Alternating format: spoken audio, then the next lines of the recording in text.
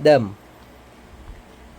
pag papipiliin ka, ano pipiliin mo? Ano? Pera o... Pera. Di pa nga tapos eh. Patapos. Sige. Tapos eh. Tapusin mo muna ako. Okay. Kung papipiliin ka, pera Pera. o... Di pa nga tapos eh. Hindi mo pa nga alam kung ano yung pipiliin mong isa eh. Pera na agad. Hindi mo nga alam eh. Pera o palasyo.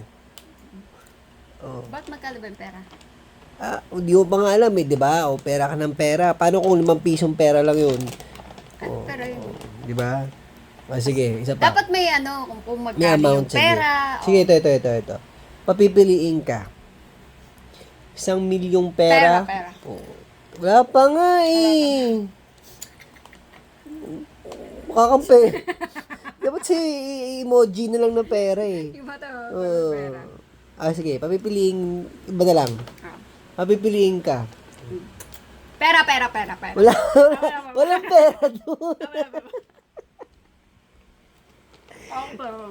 Papipiliin ka isang barko o isang sakong pera. Pera.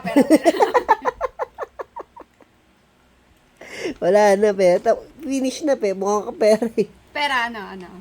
Ay, papipiliin ka. Pera. Wala na, finish na. Puro ka pera eh. Wala kang pera. Sabagay, lahat naman mabibili ng pera eh. Gusto? Pera lang sa pag-ibig. Hindi mo bibili pag-era. Hindi Ngayon, sa panahon ngayon, nabibili mo na ng pera yung ano. Sino yung pa-partner mo? Hindi din. Hindi totoo yun. Pera.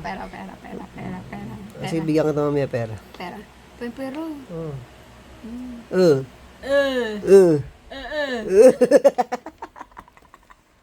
Isa lang na tanong. Sige.